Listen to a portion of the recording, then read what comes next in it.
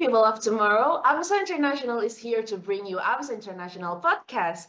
I am Faida Ufaida as your host today. AMSA International Podcast aim to give the full AMSA International experience from A to Z, brought by all the experienced speaker on their job scope in AMSA International. Our guests for today's episode are the Internal Department of AMSA International Executive Committee. For the first, we have Alif as our Vice Overall Chairperson Internal and also the Supervisor of Internal Department. Say hi to the audience, Alif.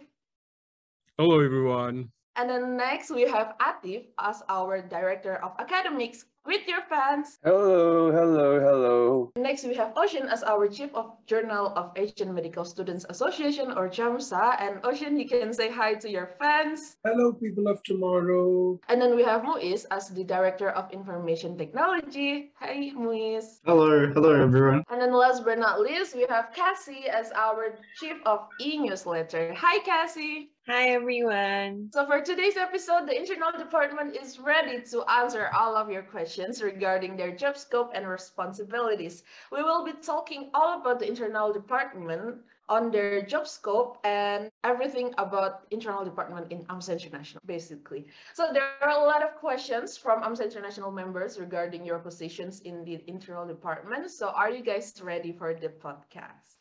Ready. Yes, I love the energy going on here. So before we start with the detailed questions, I would like Alif to explain to the audience, like, what is exactly the internal department role in AMSA International? Like, what are the day-to-day responsibilities that the internal department has to do? And since maybe some of our members hasn't been very familiar yet about internal department. So Alif, maybe you can start answering this question.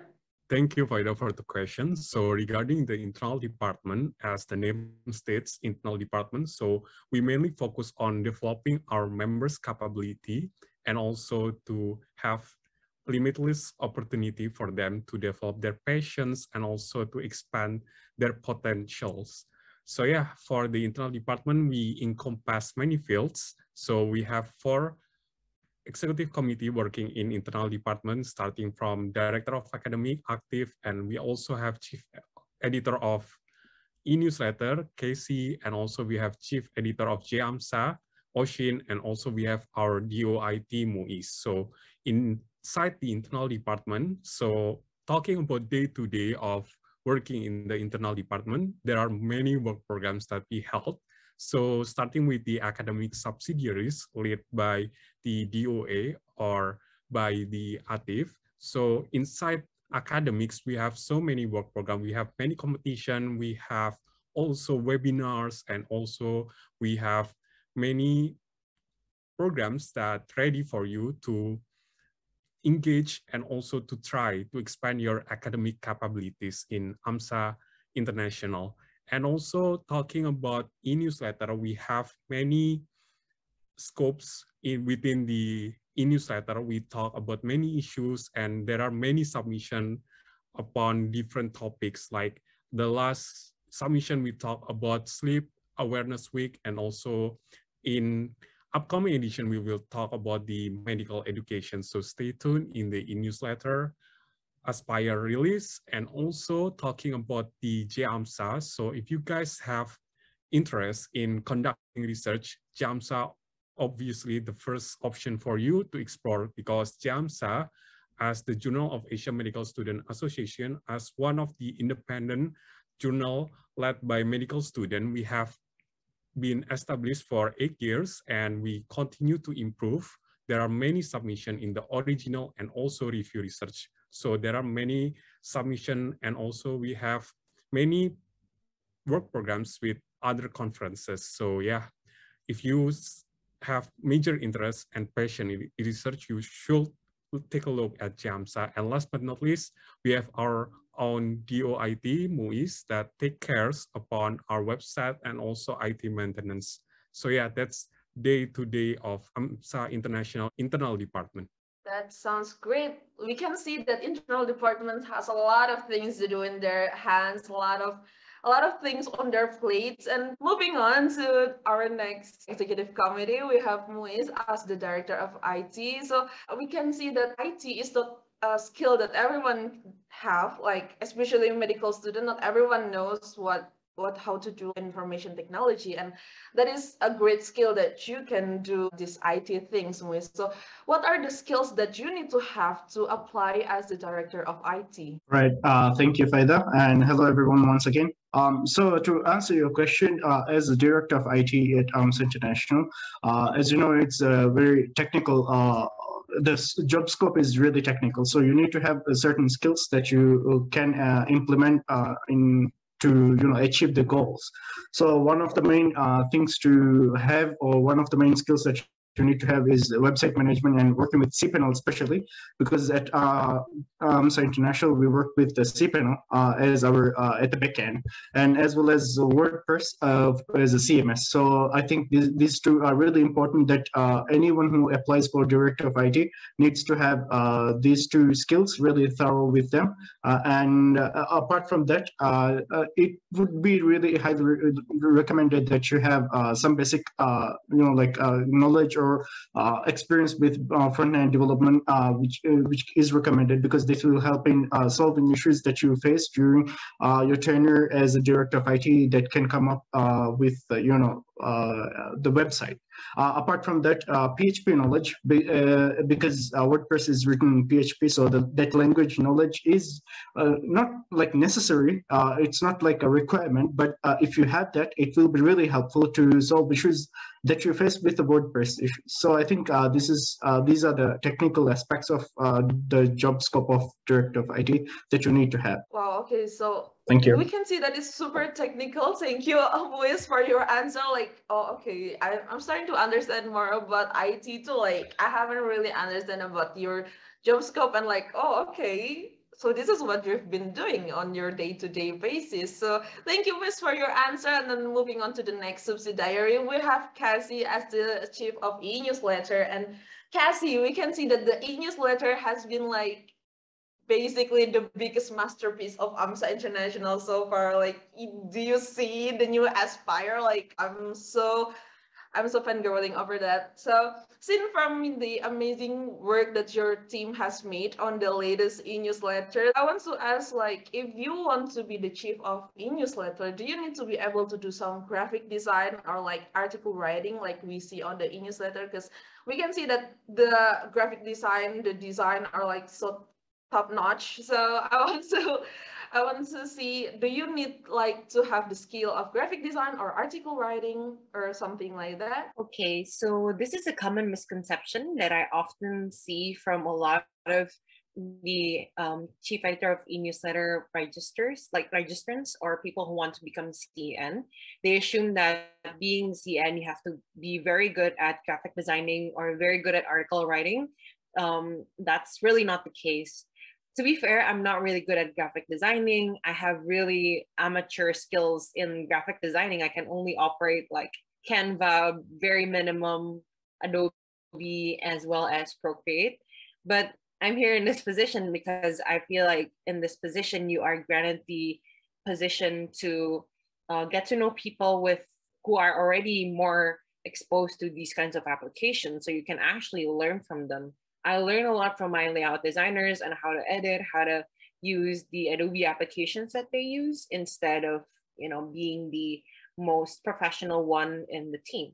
But I would say that I am pretty comfortable in article writing and managing the more article and writing part of the eNewsletter. So I wouldn't say that that's a must for all people who want to become the CN to be good at article writing as well. But you have to at least be exposed in that, because that's covers the most part of the eNewsletter as well. However, I would say one thing that is essential for a CN, people who wants to become a CN, is human resource management skills, because you have to be able to manage the human resource under your subsidiary. There are people coming from various countries all over the world. Hopefully like 28 chapters. You have to be able to reach out to that many chapters, and having to integrate all the ideas into one plate is considered as a human resource management skill.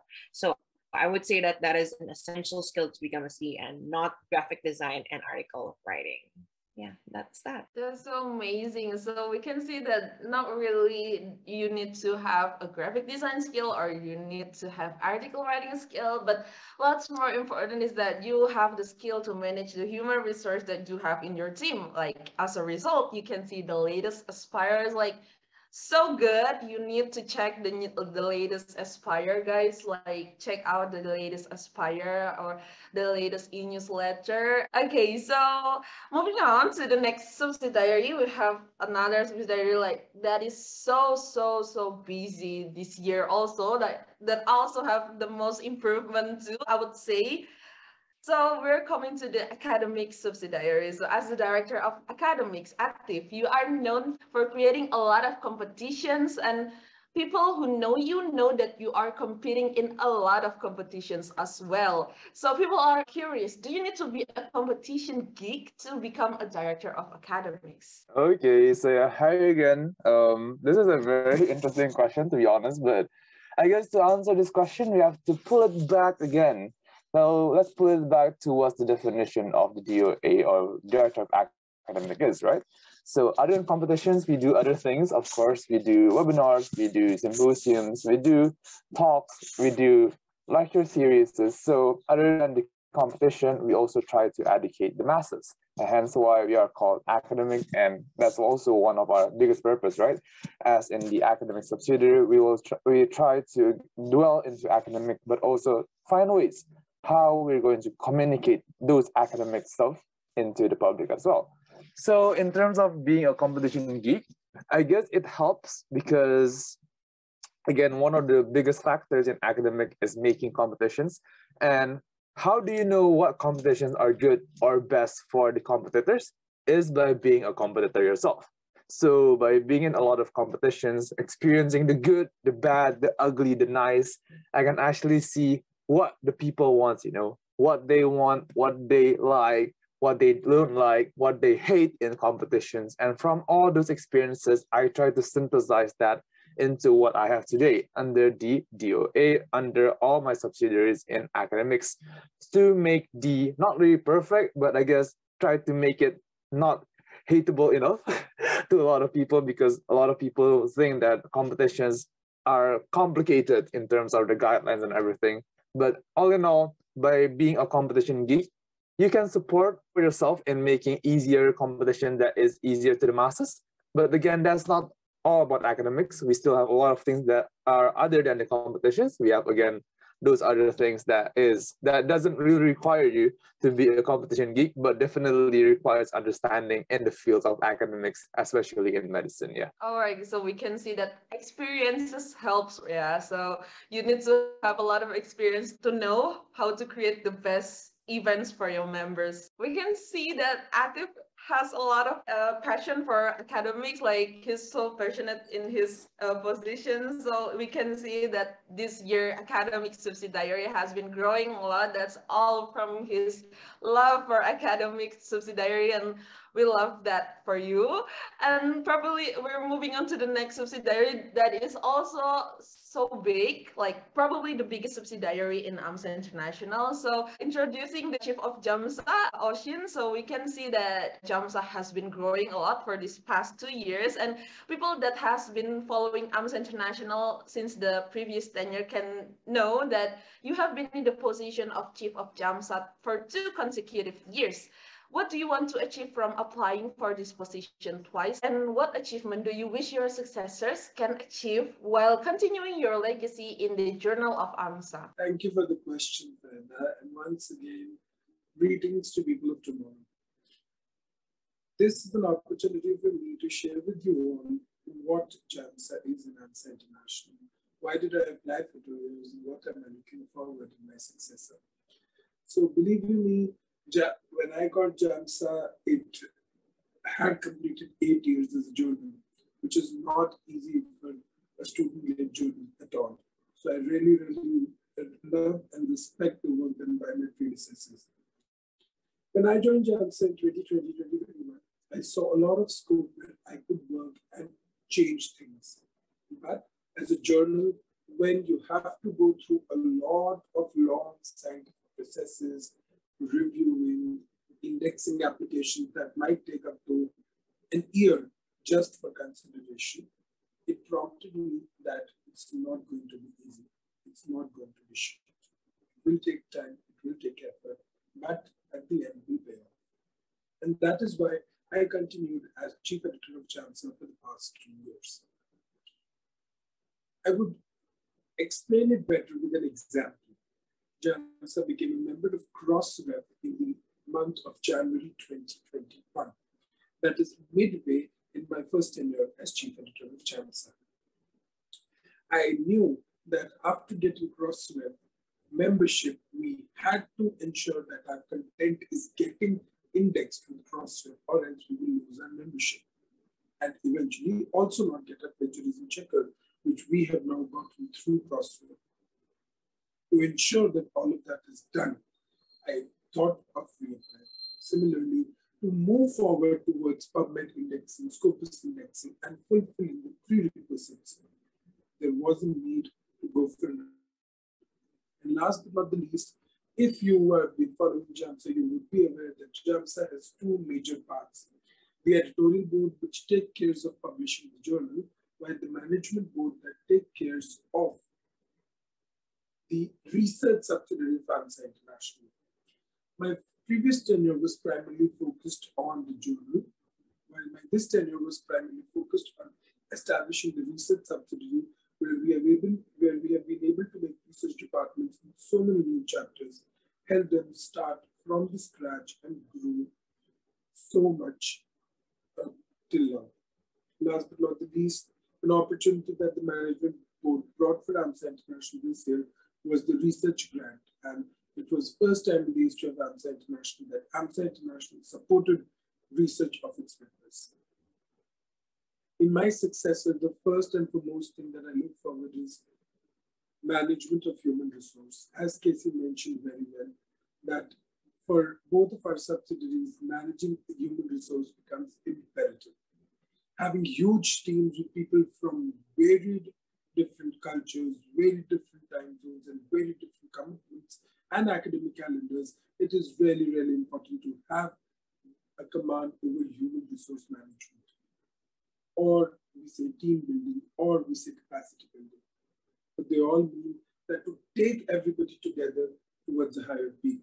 If you can do that, believe you me, even if you don't have experience in 7 out of the 8 departments of JAMSA, you would make an excellent chief editor.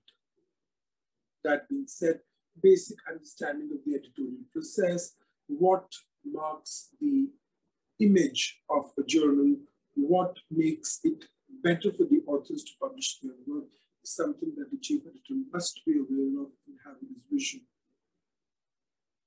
Next is the understanding of an international workspace where cultures vary, because being a very new subsidiary in terms of having the International Research Board, there still is scope to bring more and more bonding between the national directors of research and inculcate more and more collaborative work. But everything apart, the most important thing for a chief editor is love for JAMSA, love for the journal, love to see it grow and touch new heights never touched before. And so whoever is planning to apply for chief editor of JAMSA, I'm always there, just an email or a message away, always there to help you know the inside outs of JAMSA and what I've learned at this position for the past 2 years. I encourage every member of AMSA International to apply for JAMSA, because when I applied, I knew nothing. It is AMSA International that teaches you everything. Thank you. Wow, that is such an amazing answer. Like, we all can see that JAMSA has gone a long way under your supervision, under your work. Like, you've done a lot for JAMSA, and I hope the next chief of JAMSA will also give the same energy to JAMSA, the same love to JAMSA, and bring JAMSA to new heights that we've never seen before. Like, we really hope that the best for JAMSA is to come, right? Okay, so you guys, coming on to the next session, we have a little bit of ice-breaking question. So the question goes, if you can be a fortune teller, could you give us a prediction of how your next successor will be? It doesn't have to be serious. You can make a wild guess. Like, for example, I predict that the next director of publications and promotions will come from the same chapter as me. For this question, maybe we can start with Alif. What is your prediction of how your successor will be? Yes, thank you, Faida, for such interesting question. I think my prediction for my successor, it will be someone that would not from the academic or research background. I think it will be more flexible, that they have more open background. So because my previous background was on JAMSA, and also I have many academic competition experience. So I think for my successor, it will be not the same, and my successor will be focused on different fields. So yeah, I think as my successor, it will be that, and maybe this person would be giving more expression than me, because maybe some people might regard me as the stiff and expressionless, I think. But yeah, hopefully the next vice overall chairperson internal would be more interactive and engaging. Okay, no, you're not stiff. No, you're interactive as well. So maybe the next POCI can be Kassie, as you can see that she's very with her members in the eNewsletter. So maybe continuing with Kassie, could you give us a prediction of how your next successor will be? It doesn't have to be serious as well. So yeah. Because this year I'm more comfortable with the writing part of the eNewsletter, I feel like next year my successor would be someone who is better at graphic design than I am. Yeah, I think they would be able to do like more graphic designing in comparison to myself. Yeah, I think that's the only prediction that I have. I think this prediction could be real. This prediction, maybe Kassie has already have someone in her mind going on for the next chief of eNewsletter, maybe not. So it's just a wild guess. Okay, so maybe Muiz, do you have a prediction of how your next successor will be? I think it remains pretty linear for director of IT. I mean, pretty straightforward that anyone who applies for a DOIT should have the skills in regards to managing a website, or anything that has to do with web development at the back end and at the front end. So I hope someone who will be more thorough with the technologies would be able to come, and also someone who can manage time better than me. Yeah, you have a good time management, Miss. Do not worry about it. You have a lot of things you're doing. So yeah, you're doing great as well. So okay, moving on to Oshin, could you give us a prediction, a wild guess of how your next successor will be? Okay, so this is a very interesting question, Faida, you have come up with. As for the next chief editor of JAMSA, I'm pretty sure he or she is going to be courageous, because to apply for such a position, even if I had to apply, like if I had to reapply, I would really consider if I should go ahead or not, because it is a position with a lot of commitment and a lot of people to take care of. So courage is surely going to be there. And I think when I first applied for chief editor, it's a secret, but I did not have any publications. And my next successor is going to have more than 10 publications. I hope so. And my third prediction would be, it would be someone from a chapter who has not sent us an executive committee this year, or maybe from quite a few years. So that's my prediction for the next chief editor of JAMSA. Again, somebody who doesn't match the criteria, don't worry, because this is just an informal question. You're more than welcome to apply and contact me to know more about JAMSA. Yes, do not worry. This is just a wild guess. It's not gonna be, it's not, we do not know if it's real, if it's true or not. Okay, so last but not least, we have Athif. What is your prediction of how your next successor will be? Okay. So this is a tough question, to be honest, because I try to not get biased by the facts. So I try not to describe certain people, but I think what's going to happen next year is that in academics, the people that are going to be the director of academics, they're going to have the same vibes as what was presented this year. So expect a more not rigid academics director that is heavily focused not just in making competitions or making events, but also in communicating and uniting the national director of academics, and how he or she will be more focused on helping the national directors when they are in need, and also to personally be engaged in forging their academic environment and maintaining the academic development of the chapters. So yeah, I think that is what I expect is going to happen. Regarding the personality, I think anyone could be the director of academics in terms of personality. You can be an introvert, an extrovert, you can be very, very active, or you can be very, very silent. But what's most important that I think should be in every director of academics is how he or she should be, one, passionate about academics, and two, know how to actually manage people in academics.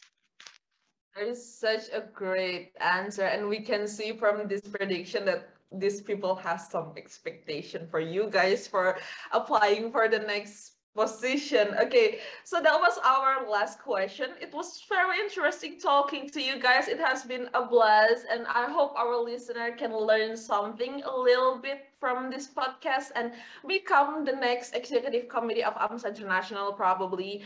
And before we end this podcast, do you have anything to say to our audience who might be interested in becoming the part of AMSA International? Don't be afraid to take a step from your comfort zone. I think the most important thing is that you have courage to try, because you never know what it's going to be, what is the result will be. I have a quote actually that I hold upon a lot. It's from the movie called Divergent, which is my favorite movie.